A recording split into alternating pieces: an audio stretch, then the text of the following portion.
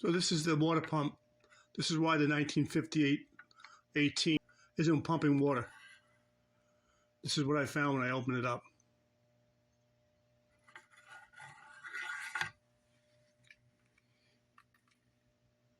The housing don't look bad, but the impeller shot, totally shot.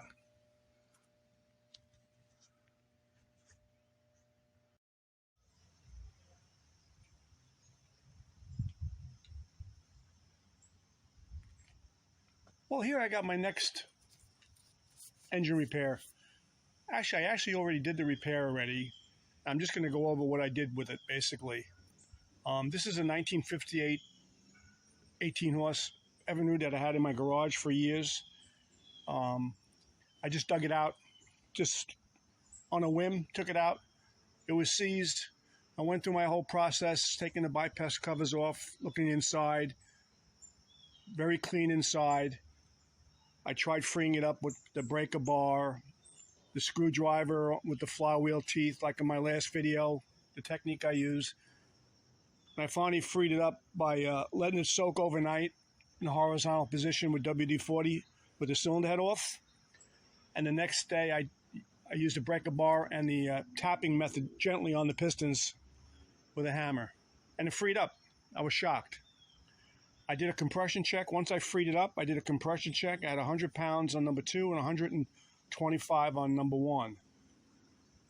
I checked to see if the rings were stuck through the bypass covers with a, what did I use?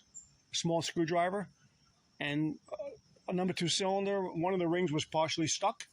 So I said, let me just put it back together and run it. And I'll do a compression check again, see what happens. Did a compression check about after 10 minutes of running the motor, after I dialed everything in with the carburetor. I did rebuild the carburetor too. Turned out that I had 125, 130 in number 1, stayed about the same.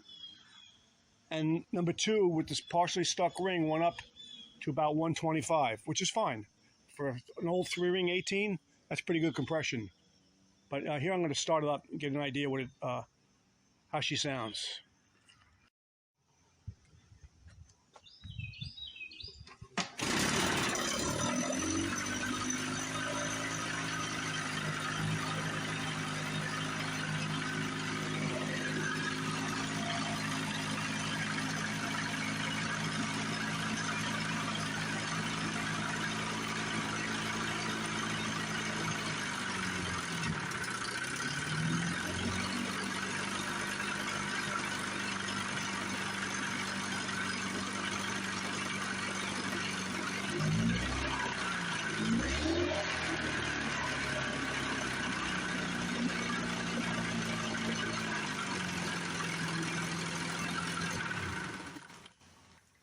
So she runs pretty good.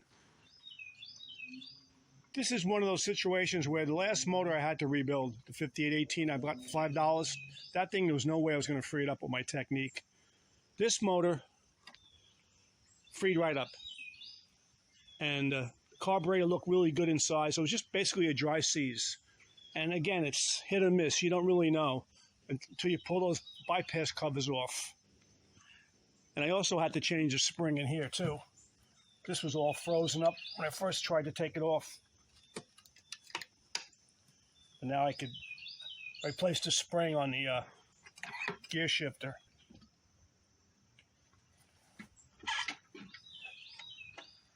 Little makeshift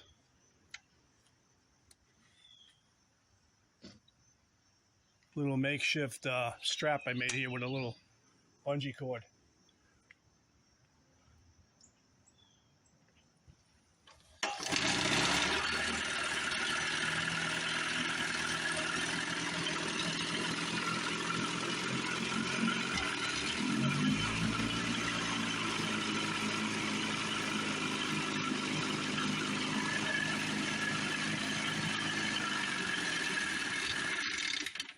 I got my gravity tank going again. They won't stay running without pumping the fuel bowl because of the check valves. But anyway, this was a quick fix. Just something I did after the $5 eBay motor. And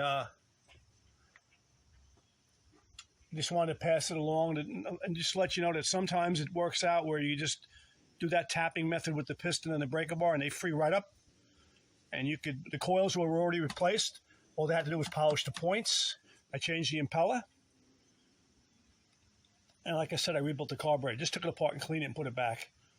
A couple other little nickel and dime things. I put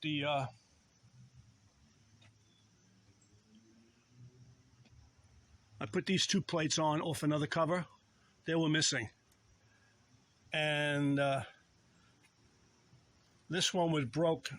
Original one was broke really bad. Only half of it was still there. So I put another one on there just with a chip on it. Just little cosmetic things. And I waxed the cover.